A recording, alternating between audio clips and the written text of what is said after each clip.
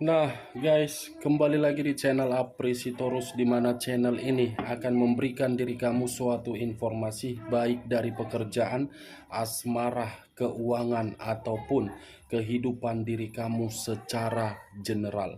Sebelum saya memberikan suatu informasi dari beberapa aspek yang saya katakan tadi, saya juga mengingatkan kepada teman-teman, informasi yang saya berikan terhadap diri kamu bukan suatu acuan untuk kamu ambil dan untuk kamu terima. Saya hanya bisa memberikan diri kamu suatu informasi berdasarkan kartu yang saya pegang ini. Diri kamu hanya bisa berencana terhadap kehidupan kamu, akan tetapi di balik dari informasi dan perencanaan tersebut, lagi-lagi yang menentukan adalah Sang Pencipta. Sebelum saya mengambil satu persatu kartu yang saya pegang ini secara acak, saya juga mengingatkan kepada teman-teman apabila ketemu dengan channel saya agar menekan tombol subscribe-nya dan menyalakan loncengnya supaya next video saya lebih semangat untuk memberikan suatu informasi terhadap kondisi energi kamu dan kondisi energi manusia tersebut. Oke Wak Geng, kali ini saya akan mengarah terhadap pihak ketiga. Apa yang ingin disampaikan oleh kartu yang saya pegang ini terhadap pihak ketiga? Kita langsung saja. Saya akan mengambil beberapa kartu, di mana kartu yang akan saya ambil nanti bisa saja bersifat resonate, bisa saja tidak bersifat resonate. Semuanya saya kembalikan terhadap pola pemikiran kamu, semuanya saya kembalikan terhadap kondisi energi yang kamu miliki untuk saat ini.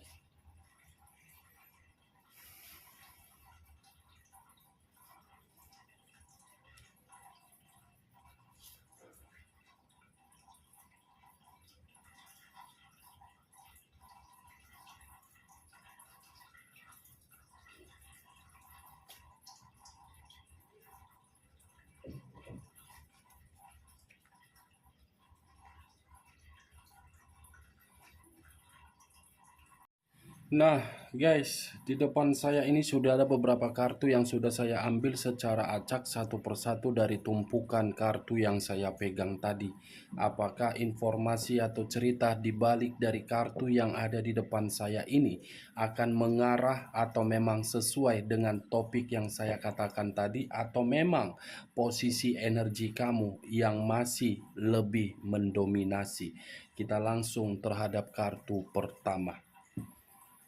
Muncul kartu ini.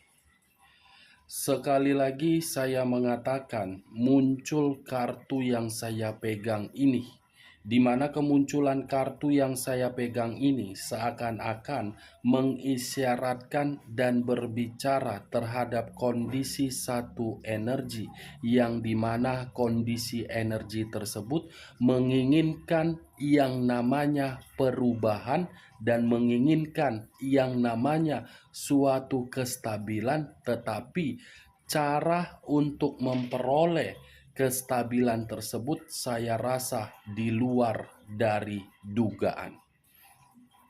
Kalau saya mencoba untuk bergeser sedikit dan mengarah terhadap pihak lain serta mengesampingkan satu energi yang saya katakan tadi, keluarnya kartu yang saya pegang ini seakan-akan menggambarkan kondisi pihak lain yang dimana masih terkoneksi secara perasaan. Kenapa kartu yang saya pegang ini adalah Ace of Cups, cawan yang masih dijaga, yang masih dirawat. Apa yang barusan saya katakan bisa saja mengarah terhadap kondisi energi kamu, dan apa yang saya katakan tadi bisa saja mengarah terhadap pihak ketiga. Akan tetapi Sebelum saya memberikan suatu informasi terhadap kemunculan kartu yang saya pegang ini, terlebih dahulu saya akan mengarah terhadap kondisi energi kamu sebelum saya mengarah terhadap pihak ketiga. Sekali lagi, sebelum saya mengarah terhadap pihak ketiga, terlebih dahulu saya akan mengarah terhadap kondisi energi kamu. Di mana ketika diri saya mengarah terhadap kondisi energi kamu, baik secara pemikiran, perasaan, dan sisi batin yang kamu miliki, saya mengategorikan ketiga aspek tersebut masih menunggu sesuatu hal. Saya rasa diri kamu masih berharap dari sesuatu hal, yang dimana sesuatu hal ini bisa saja saya kategorikan kembalinya manusia itu, penjualan aset kamu, keadaan pekerjaan kamu, keadaan hubungan bisnis kamu, keadaan keuangan kamu. Setidaknya kamu masih berharap terhadap sesuatu hal. Kalau saya mengarahkan munculnya kartu Ace of Cups ini terhadap pihak ketiga, sepertinya pihak ketiga mencari seseorang yang bisa membuat diri dia untuk mengangkat derajat dan memperbaiki kondisi keuangan. Kalau berbicara mengenai perasaan, sepertinya perasaan itu memang lagi harmonis, tetapi perasaan itu bukan berbicara dari ketulusan, melainkan ada yang diberi dan ada yang memberi. Cups, take and give. Kita lihat kita lihat kartu berikutnya. Muncul kartu The Devil. Sekali lagi saya mengatakan muncul kartu The Devil, di mana kemunculan kartu The Devil ini kartu yang mengarah terhadap unsur tanah yang berlambangkan 3 zodiak, Capricorn, Taurus, dan Virgo. Kalau saya mengesampingkan ketiga zodiak yang saya katakan tadi, munculnya kartu The Devil itu lebih mendominasi terhadap pihak ketiga. Kenapa saya mengatakan lebih mendominasi? Saya rasa pihak ketiga bukan hanya memiliki manusia tersebut, ada lagi pihak lain. Karena saya rasa antara manusia itu dengan pihak ketiga sama-sama mencari kesenangan. Hubungan yang berdasarkan materi, hubungan yang berdasarkan dari gairah. Gairah, materi, dan seks ini geng, iblis. Makanya tadi saya sempat berbicara bukan berdasarkan dari perasaan yang tulus, karena memang ada yang diberi dan ada yang memberi. Inilah yang diberi dan inilah yang memberi. Iblis, the devil. Ini dia geng. Cocok kau rasa dengan apa yang barusan saya katakan?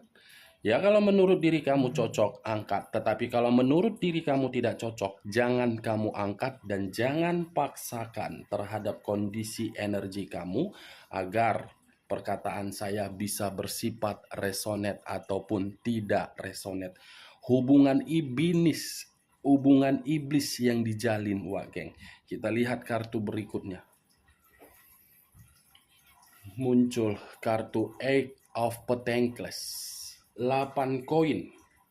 Eight of Pentacles mengarah terhadap kondisi materi. Berarti pihak ketiga hanya fokus terhadap kondisi materi manusia itu. Hanya fokus terhadap kondisi materi dan hanya fokus untuk mendapatkan sesuatu derajat untuk bisa dibangga-banggakan. Dalam kategori manusia itu hanya dimanfaatkan sebagai ATM berjalan, selebihnya tidak ada. Ini tujuan pihak ketiga hadir di dalam hubungan perselingkuhan itu.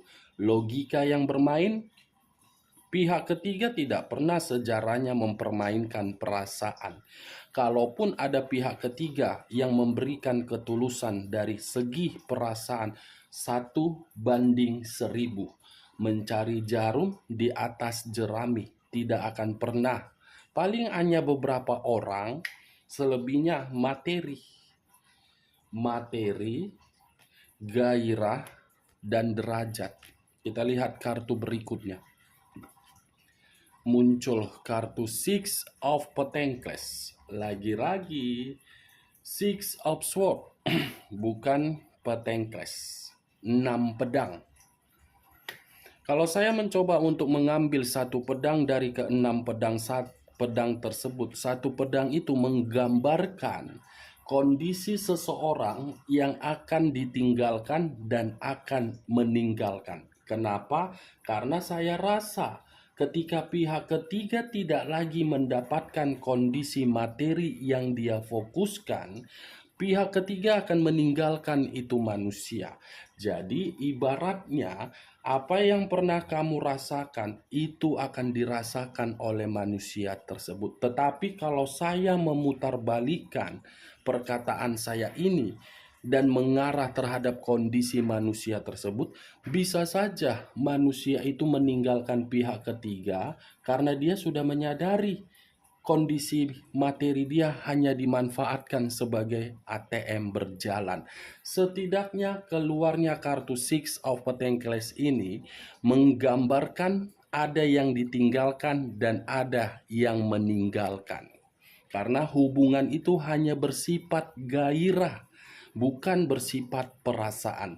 Kita lihat kartu terakhir. Muncul kartu Nine of Swords.